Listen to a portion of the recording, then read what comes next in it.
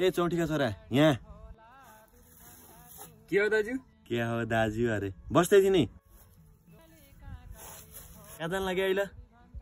परी खेल्न गए चाहिँ त्यति आयौँ ल त एक प्याकेट जम्बो दुधको प्याकेट ल्याए त ल नाइ दाजु म त्यसो चिज ल्याउने न मा कसम भाइ दाइले भने मान्ने नै मा अहिले बिप्पे यातनले मारिदिउ ल बरु ल 5 रुपैयाँ पनि ल यो कडकडा नोट छ ल एका पर 5 रुपैयाँ गोट्टा खाए 10 रुपैयाँ सुर्ती ल्याए ल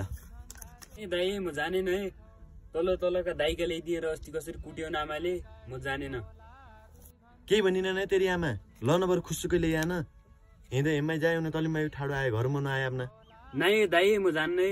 तल आमाले माठा भइको पनि अघि बोलायो नि बाइजनमै मा 5 रुपैयाँ दिएर पनि नाइ भन्नु है यो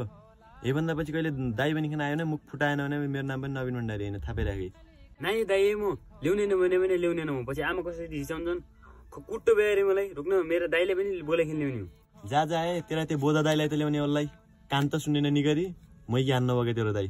एकै साँडाने सिप्टा बेडाइदिउला मा आपा भयो दाइ म त्यसरी बस्दैन म बाइजन पछि आमा रिसाउँछन् तल जा तुमा आपा सिप्टा जहाँ बेडन झन् 5 रुपैयाँ दिएर पनि ल्याइन हन ठिक छ भन्दा पछि कहिले दाइ पनि आइ भनेपछि तै थाहा पाउलाई पक मापे गजेडी गाईको 5 रुपैयाँमा मैले बिकाउनु खोज्दो रहेछ त्यही मापो इज्जत छैन त मेरो त इज्जत छ मेरो पनि बेजन लागि सुर्ती ल्याएर यी नि त्यहीका सुर्तीमा औँडे अझ हान्नी हुन्न केही नभने अनुपात म बरु ल्याइदिए पनि दिने हे हान्नी हुन्न मेरा दाइ छैनन् के थाहा पाएछु त्यसलाई त मैले